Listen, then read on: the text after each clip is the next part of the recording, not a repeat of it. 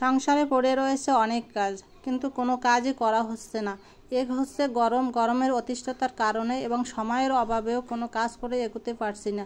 তো hello everyone, আসসালামু আলাইকুম, welcome to my new blog. I hope আপনারা সবাই ভালো আছেন, সুস্থ আছেন। আলহামদুলিল্লাহ, আমিও ভালো আছি আপনাদের দোয়ায়। তো নতুন আরেকটি ভিডিও নিয়ে আপনাদের সামনে হাজির হলাম।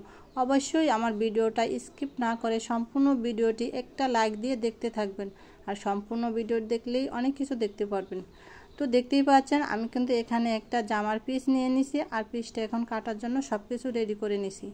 অনেক দিন ধরে আমার এই থ্রি পিসটা, এটা না আরও 2-3টা থ্রি পিস ঘরে রয়ে গেছে, কিন্তু এক হচ্ছে সময় পাই না, দ্বিতীয় হচ্ছে আবার এই যে অতিরিক্ত গরম পড়ছে, এই গরমের ভিতর ইচ্ছা করে না যে বসে কাটাকাটি করি, ভালো লাগে না।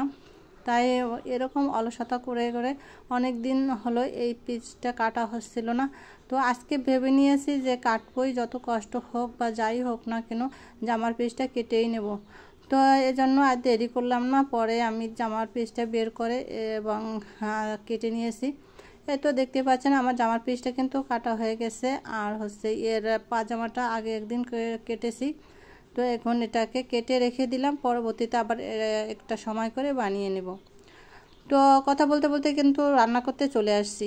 জামাটা কাটা শেষ করেই আমি পরবর্তীতে রান্নার জন্য রান্নাঘরে চলে আসছি।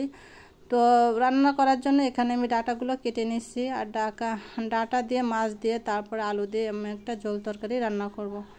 তো আসলে কি বলবো, যত গরম থাকুক না কেন আর যাই থাকুক না কেন, সবার বিশ্রাম হলেও মেয়েদের আর বিশ্রাম নেই।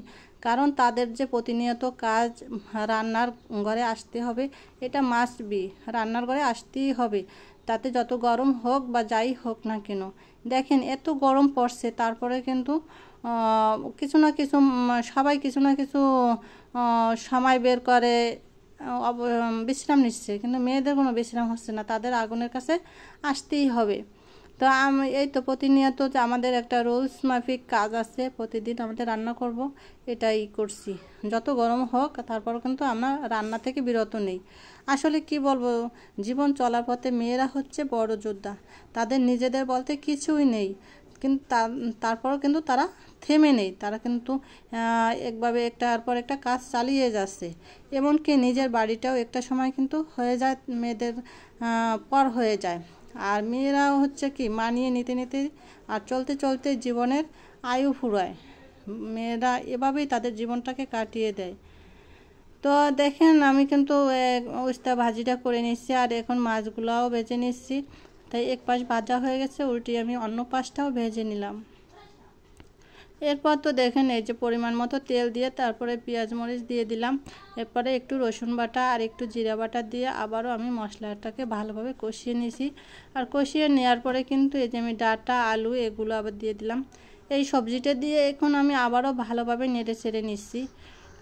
তো এই তো মেয়েদের জীবন, মেয়েরা যে কতটা কষ্ট করে আসলে এটা হিসাব দিয়ে কখনো পরিমাপ করা যাবে না, কারণ এটা হিসাবের বাইরে। মেয়েদের কাজটা অবশ্য দেখা যায় না, কিন্তু তারা কিন্তু কখনো বসেও থাকে না।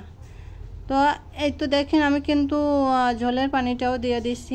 তার প্রায় রান্নাটা আমার শেষের পথে। তো আমার ভিডিওটি যদি আপনাদের কাছে ভালো লেগে থাকে তাহলে অবশ্যই একটা লাইক দিয়ে দিবেন, আর কমেন্ট করে জানিয়ে দেবেন আমার ভিডিওটি কেমন হয়েছে। আর আমার ভিডিওর মাঝে যদি কোথাও কোনো ভুল থাকে অবশ্যই ক্ষমার দৃষ্টিতে দেখবেন। তো আজকের ভিডিও থেকে বিদায় নিচ্ছি, সবাই ভালো